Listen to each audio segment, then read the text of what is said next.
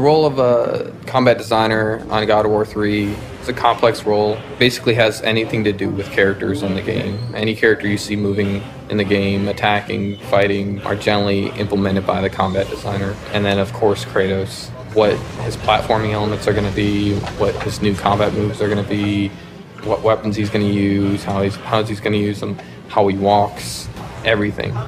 I'm here with Jason McDonald, who's a senior combat designer on God of War 3.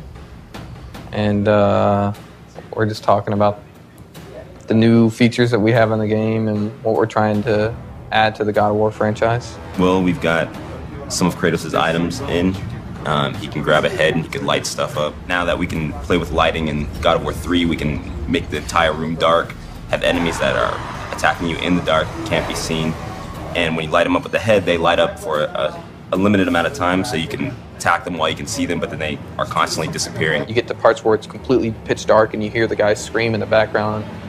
You use the Helios head to, find out where they are. The strategy gameplay, the combat side of it turns into you have to keep these guys lit to be able to hit them, otherwise you get screwed and they just destroy you in the dark.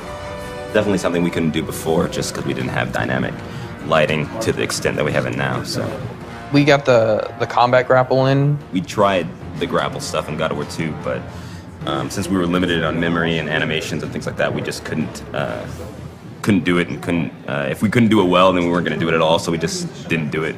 But now we have more space, more memory. Kratos is a very strong character, so when he grapples an enemy, he kind of just charges right in and plows through everybody. So the grapple system is exactly like that. You can launch somebody in the air and you grapple them and you apply yourself right into the air, right into them. If there's a crowd of enemies, you'll apply yourself through all of them. All this stuff was set up on Jason's free time.